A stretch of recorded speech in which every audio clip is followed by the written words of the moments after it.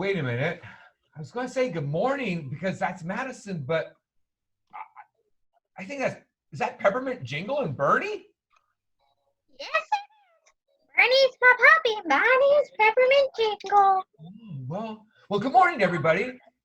This is Morning Announcements with Peppermint Jingle and me, Mr. Eisminger. Yes, it is. Today is Monday, November 23rd. Hip, hip, hooray! Hip Hip Hooray, because on the 23rd, it's National Cashew Day. Oh, those cashews look so delicious, Peppermint Jingle. That's the size of my head. It's also Cranberry Day. That's much better. Plus, it's a Christmas food. Oh, yeah. You could decorate a tree with a cranberry garland. I'll have to talk to my mommy about that. Okay. Well, maybe Bernie could help you. It's also Espresso Day. Oh, that sounds so delightful right now. If only I could go to Captain Jack's and get one of those peppermint mochas. Oh, that was great. Well, Peppermint Jingle, how many days until Thanksgiving? There's 3 days until Thanksgiving, and then it's gonna be Christmas time. Well, usually Madisyn or Olivia ask me what's for lunch. Well, of course, I don't know. So I'm going to ask you, Peppermint Jingle, do you know what's for lunch today?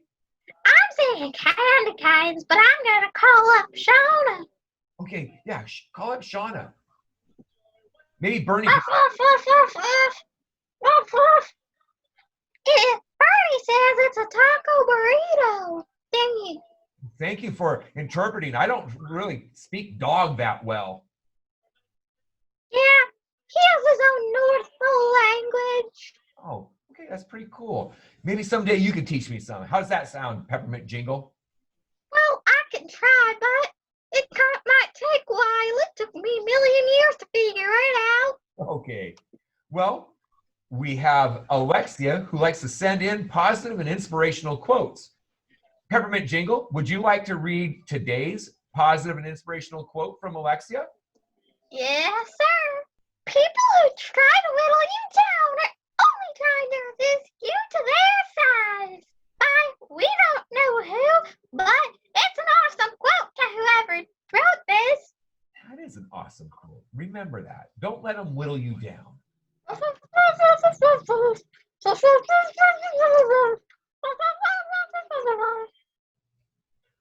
Thanks for singing happy birthday to us, Bernie. At least I think that's what you're doing. Well, happy birthday today to Hey, I was in Mrs. George's class. and Claire, who was in Mrs. Boone's class. well, they share a birthday with one of our former presidents, President Franklin Pierce. And Jingle would like to introduce the other famous birthday today. Who is it, Jingle? Miley Cyrus. It's a party in the USA. I'm gonna do my hands up and fly away. Oh, wow. One of your favorite songs, huh, Jingle? This is Todd time with Mrs. Todd. Oh, thanks, Jingle. Thanks, Bernie. Good morning, Wildcats, and welcome back to Tad Time. As we get ready to head out onto Thanksgiving break, let's talk about gratitude. Gratitude is the quality of being thankful, the readiness to show appreciation for and to return kindness. Practicing gratitude has been consistently linked to many benefits for our mental health, physical health, and relationships. When we practice gratitude, it increases our ability to cope with stressors, such as taking active steps to deal with challenges. We decrease our experience of feeling upset feelings like sadness, jealousy, resentment, or regret, and we enhance connections and social support, including outreach when in times of stress, building new bonds, and strengthening existing relationships that cultivate more trust. Take a few minutes to really think about what you are grateful for and express it with somebody you love. All right, everyone, enjoy your break, and I'll see you next week. Thanks, Ms. Todd.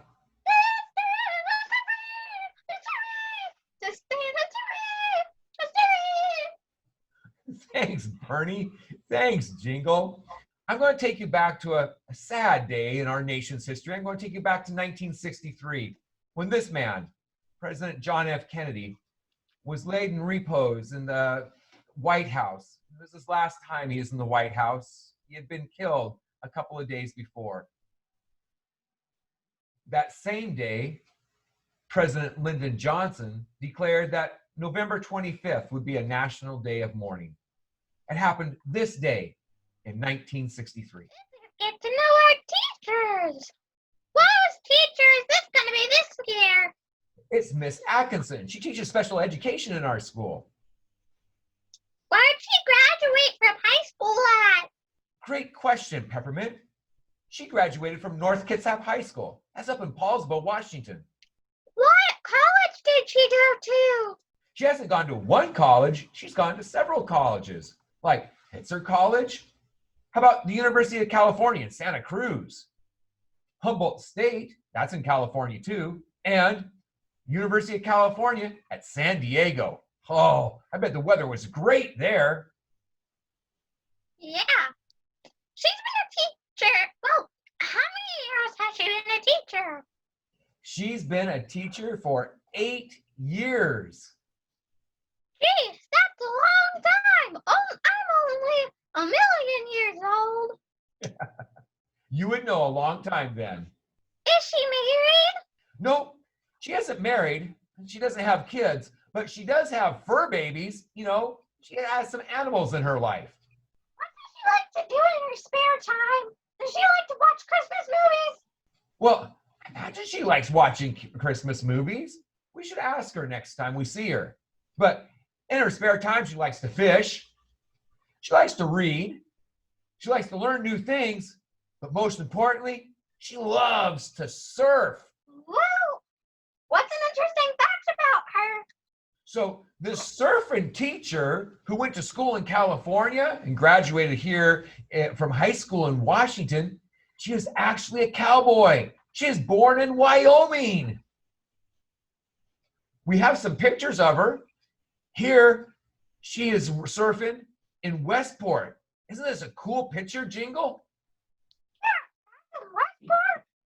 Yeah. And here, she's down in Humboldt, California, and she's on the right. She's surfing down there. And one of the cool things about this picture, she's surfing on a board that's made by an Ocosta graduate himself, Dane Purley. Isn't he like famous? Dane? Yeah. Oh, yeah. Dane's a professional surfer. He's surfed all over the world. Ms. Atkinson surfed all over the world too. You should ask her someday when you see her next. Who are we going to learn about next week, Jingle? Well, I think Madisyn, well, whoever she is, drew a name earlier. Well, my mom is what I should be calling her. And? It's Mrs. Madding. Oh, cool, Mrs. Madding. We'll learn something about Mrs. Madding next week. I can't wait. This is Sports with Ellie. I wonder if she'll teach us how to fly. We could ask. Everyone, welcome back to Sports with Ellie. On Monday Night Football will be the Rams and the Buccaneers facing off at the Buccaneers Stadium. You'll find it on ESPN at 5:15. Here's a recap on Thursday's game of the Seahawks and the Cardinals. The Seahawks had to pull off a really good play to win. And they did. They sacked Kyler Murray. It was on 4th down, and the Seahawks won 28-21. Till next time, stay active. Thanks, Ellie. Good to see you again. So we've come to this time of the show where Madisyn usually tells a joke. Peppermint, do you have a joke that you'd like to share? Yeah, this one's like out of Santa's pocket. Okay. How do you get a squirrel to like you? Oh, I don't know. Peppermint, I think maybe I could feed them pizza. How does that sound? You act nuts. Oh, he acts like a nut. Like, Bernie, you're acting like a nut, man. Watch out, the squirrel might come. Part 2 of Madisyn's interview with Mrs. Sweet. Mrs. Sweet is our school superintendent. Why did you pick to live and work here? Well, I saw the job posting for Ocosta. I was actually on my way to a conference in Arizona, and I saw it. And when I was a kid, my favorite grandma used to take me camping at Twin Harbors State Park. And so I was like, oh my gosh, it'd be great to work in Westport. So at the very last minute before, the day before I got on the plane to go to Arizona, I threw my application in the mail. And while I was in Arizona, I got a phone call to come and interview. So I had to leave my Kids at Hope conference a day early and come home to interview with Miss Sackman, who was the superintendent at the time.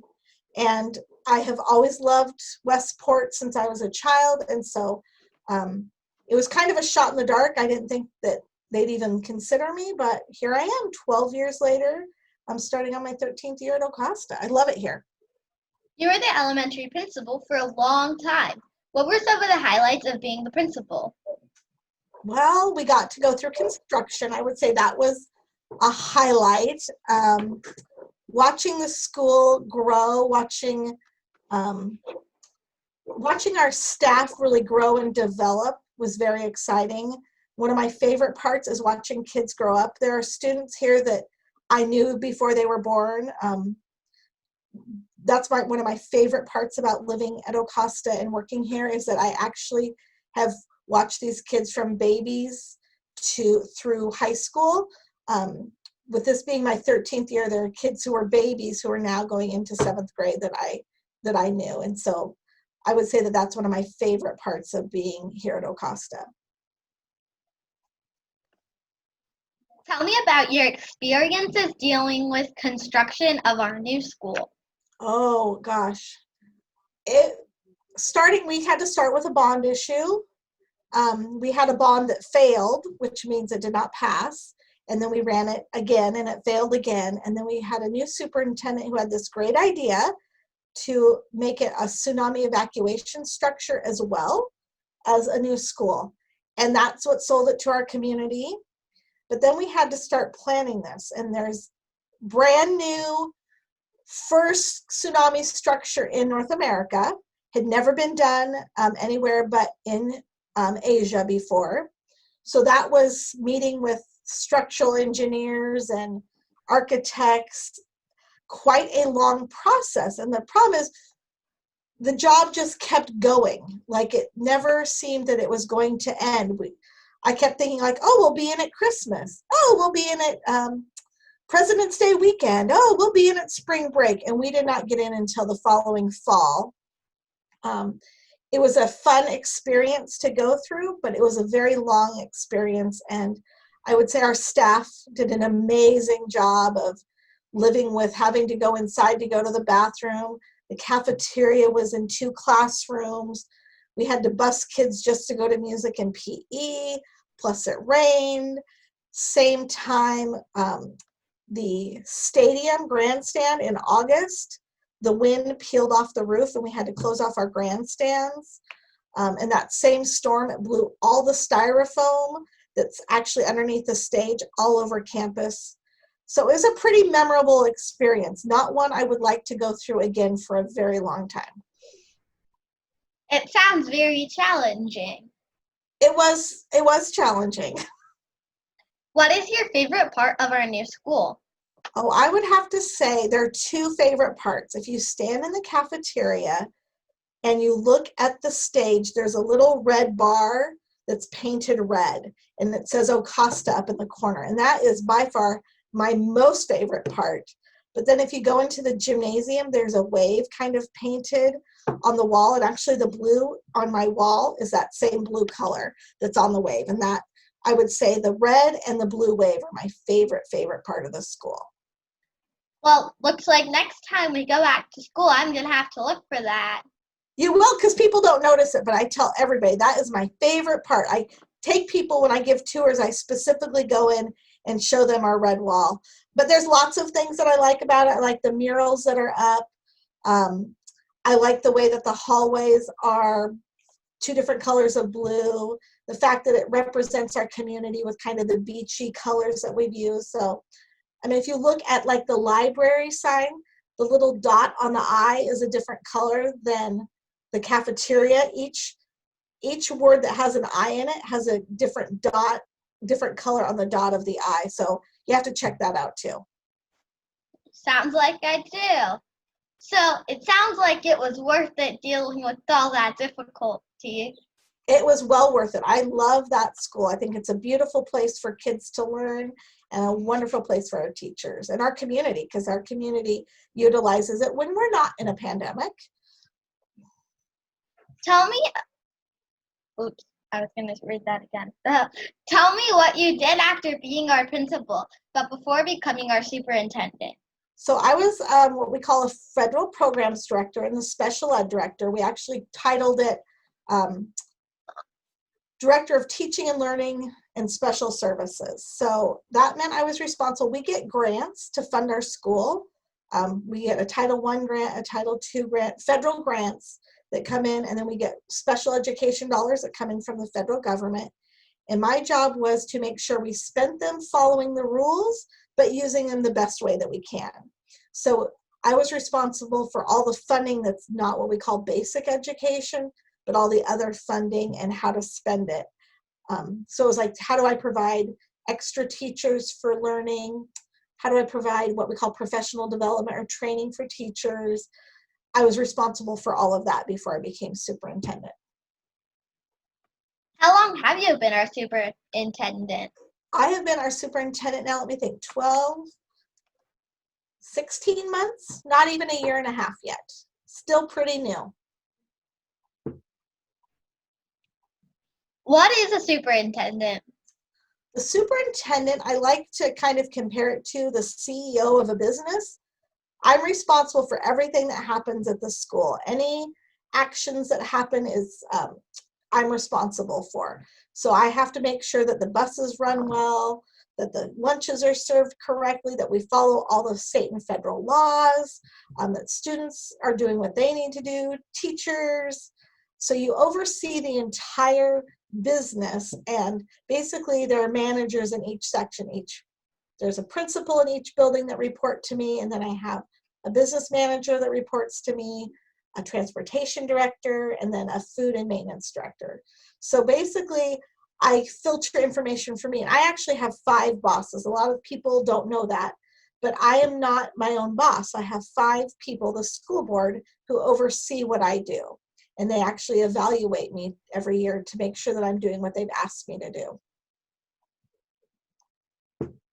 Do you have to make a lot of decisions for our schools? I do, and there are decisions I have to make in a split second, and there are decisions that I have to go out and ask people about or get information about. Since the pandemic started, I went from like 3 mandatory meetings a month to I have 3 meetings every week that I absolutely have to attend. I meet with other superintendents from our area and then a bigger region, and then I meet with the health department every week. So the job continues to grow, and I have to collect lots of information to make decisions. With the pandemic, there's some websites I use, and I try to share those on our school's website, ocosta.org. I put all those websites where I collect information from so that our community knows that I'm making decisions responsibly and that I'm collecting all the information I can. Well, that was kind of cool, don't you think? Yeah, it actually was. Well, we have another pledge video. This one was sent to us from Louisiana. A Boy Scout troop sent us this. It was given to us by Sonny's dad. Allegiance to the flag of the United States of America, to the republic for which it stands, one nation, under God, indivisible, with liberty and justice for all. Thanks, Mr. Beard, for sending us that video. Peppermint Jingle, do you have an updated map for us? Yes, I do. Thanks, Peppermint. I see Louisiana. It's colored in tan. It's down towards the bottom of the map called the South, next to that really big state called Texas. I think we're going to have something from Texas coming up soon, too. Our map is filling up. Yes, this is the end of our show. This is the 102nd episode of Learning Announcements with Madisyn, Billy, and Olivia, with Edmund and Mary Sanderson and all those people. But if you would like to contact us, there's emails Thanks, Peppermint Jingle. Wait, are you getting ready to fly? Yes, I am. Okay, see you. And remember, everybody, be a good kid. Do the right thing. Bye.